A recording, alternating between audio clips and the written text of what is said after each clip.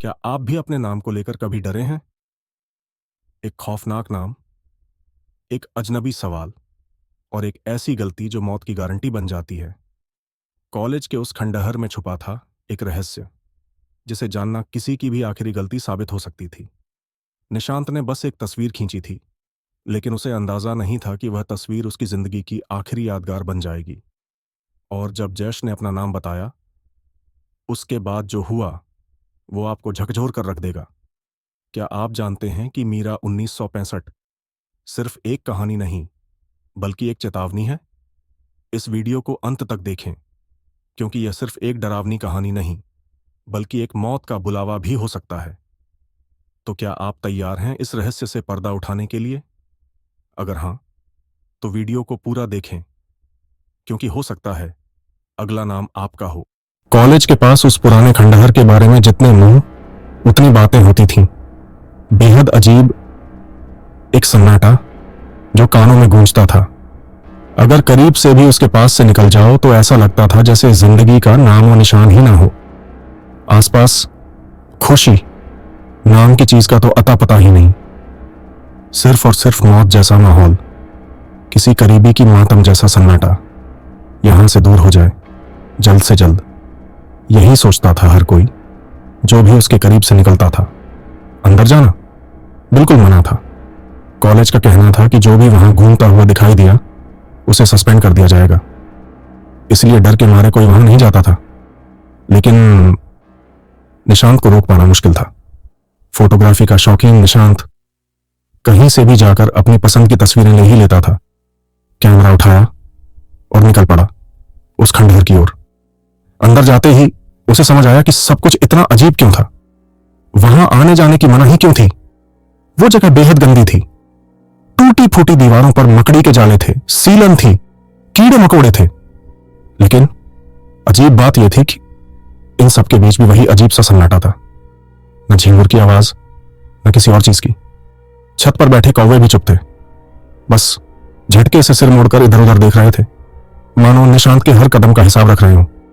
मौत जैसे इस माहौल में भी निशांत को रोमांच महसूस हो रहा था। उसने कैमरा निकाला और बहुत सारी तस्वीरें खींची। फिर वह अंदर के एक दूसरे कमरे में गया। वहां पूरी दीवार पर कई धब्बे बने थे। पास जाकर उसने नाखून से खरोंच कर देखा तो पाया कि ये धब्बे जमाने पहले के खून से बने थे। और दिलचस्प बात यह थी कि वो खून अभी भी हल्का हल्का नम था। ध्यान से देखने पर उसे कुछ अजीब से अक्षर भी दिखाई दिए, जो शायद अंग्रेजी के ही कुछ बिगड़े हुए रूप थे। निशांत ने जल्दी जल्दी तस्वीरें ली और सीधा हॉस्टल में अपने कमरे में पहुंच गया।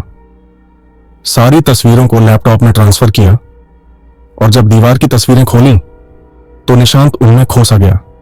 बारीकी से देखने लगा। उसे दीवार पर 1 साल लिखा नजर आया, 1965। फिर उसने और गहराई से देखा तो पाया कि वहां एक छोटी सी आकृति बनी थी, जिसमें एक औरत एक बच्चे को मार रही थी। यह सब क्या हो सकता है?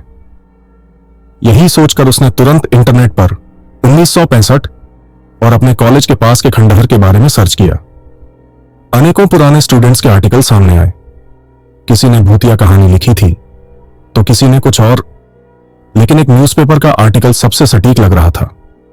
उसमें लिखा था कि 1965 में मीरा नाम की एक औरत ने इसी मकान में पागल होकर अपनी 2 बच्चियों के टुकड़े टुकड़े कर दिए थे और उन्हें दफना दिया था। 1 हफ्ते में वह खुद भी मर गई थी। निशांत को लगा कि कोई कहानी पढ़ रहा हो, लेकिन फिर जब उसने उस दीवार की तस्वीरों को गौर से देखा तो पाया कि वहां लिखा था वायु, अग्नि, जल, पृथ्वी और नभ, यानी कि पंचतत्व। निशांत उस दीवार के रहस्यों में इतना खो गया था कि उसे पीछे किसी हलचल की आवाज तक नहीं आई। दरवाजे की आवाज आई। वह एक झटके से तस्वीरें मिनिमाइज करके उठा और पीछे मुड़ा, लेकिन दरवाजा अपने आप बंद हो गया। जो भी था वह आसपास ही था।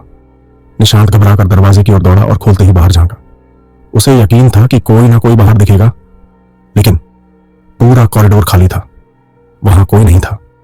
निशांत घबराया हुआ कमरे में वापस आया, दरवाजा लॉक किया और जैसे ही पलटा उसकी नजर सीधे अपनी कुर्सी पर पड़ी। कुर्सी दरवाजे की ओर मुड़ी हुई थी, लेकिन यह कैसे संभव था?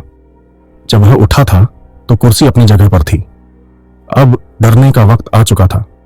उसने लैपटॉप शट डाउन किया और रजाई ओढ़कर सोने चला गया। काफी देर तक दोस्तों से चैट की ताकि ध्यान हटे। फिर फोन रखकर करवट ली, लेकिन तभी फोन पर अचानक अजीब सी टाइपिंग होने लगी। निशांत बस आंखें फाड़ फाड़ कर देखता रह गया। जब आखिरकार टाइपिंग रुकी तो जो शब्द स्क्रीन पर उभरे उन्होंने उसका खून जमा दिया। मीरा 1965 और वायु अग्नि जल पृथ्वी और नभ। निशांत बुरी तरह से घबरा गया। उसका दिल जोर जोर से धड़कने लगा, लेकिन थकान इतनी थी कि पता नहीं कब वो सो गया। गहरी नींद में था, लेकिन फिर भी उसे एहसास हो रहा था कि कमरे में कोई और भी है। एक भीनी सी नमी भरी खुशबू चारों ओर थी। फिर कमरे में कदमों की आहट, हल्की, धीरे धीरे पास आती हुई। निशांत झटके से उठा और देखा कि दरवाजे के पास एक औरत खड़ी थी, सजी धजी, खूबसूरत, लेकिन अजीब। निशांत को ऐसा लगा जैसे उसकी आवाज ही गले में अटक गई हो। वह चीखना चाहता था, लेकिन हलक से आवाज नहीं निकली। वो औरत धीरे धीरे आगे आई, मुस्कुराई और पूछा, तुम्हारा नाम क्या है? निशांत का डर एक पल में गायब हो गया, जैसे वह सम्मोहित हो गया हो। उसने धीरे से कहा, निशांत, निशांत नाम है मेरा। बस इतना कहना था और उस औरत ने उसकी गर्दन पकड़ ली, गला दबाने लगी। निशांत छटपटाने लगा, उसकी सांसें अटकने लगी और तभी उसकी आंख खुल गई।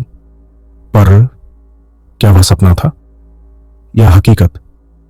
क्योंकि कमरे में सारा सामान इधर उधर फैला पड़ा था। क्या मीरा वापस आ चुकी थी?